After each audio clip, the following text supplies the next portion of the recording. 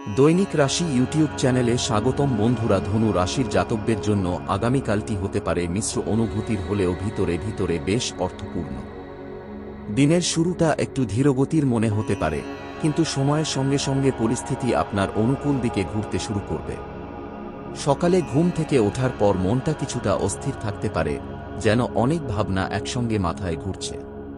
তবে এই অস্থিরতা নেতিবাচক নয়, বরং এটি আপনাকে কিছু বিষয় নিয়ে নতুন করে ভাবতে বাধ্য করবে। আগামীকাল আপনি নিজের আচরণে একটু পরিণত ভাব লক্ষ্য করবেন। আগে যেখানে আপনি তাড়াহুড়ো করে সিদ্ধান্ত নিতেন, সেখানে এবার থেমে ভাবার প্রবণতা বাড়বে। এই থেমে যাওয়াটাই আপনার জন্য ভালো ফল নিয়ে আসতে পারে। কারো সঙ্গে কথাবার্তার সময় আপনি নিজের কথা কম বললেও অন্যের কথা মন দিয়ে শুনবেন, আর এখান থেকেই কিছু গুরুত্বপূর্ণ উপলব্ধি হতে পারে। দিনের মাঝামাঝি সময়ে ধনু রাশির জাতকদের মনে হতে পারে পুরনো কোনো বিষয় আবার সামনে আসছে। সেটা কোনো স্মৃতি, কোনো কথা বা কোনো অসম্পূর্ণ অনুভূতি হতে পারে। কিন্তু এবার সেই বিষয় আপনাকে আগের মতো বিচলিত করবে না, বরং আপনি আরও পরিষ্কারভাবে বুঝতে পারবেন সেই অভিজ্ঞতা আপনাকে কি শিখিয়েছিল। এই উপলব্ধি আপনাকে মানসিকভাবে শক্ত করবে।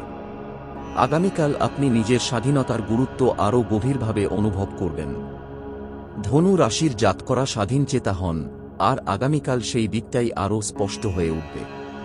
আপনি বুঝবেন কোথায় আপনাকে নিজেকে মানিয়ে নিতে হয়েছে আর কোথায় নিজের মতো থাকতে পেরেছেন। এই বোঝাপড়া ভবিষ্যতে আপনাকে নিজের জন্য সঠিক সীমারেখা টানতে সাহায্য করবে। মানসিক দিক থেকে আগামীকাল কিছুটা সংবেদনশীলতা বাড়তে পারে।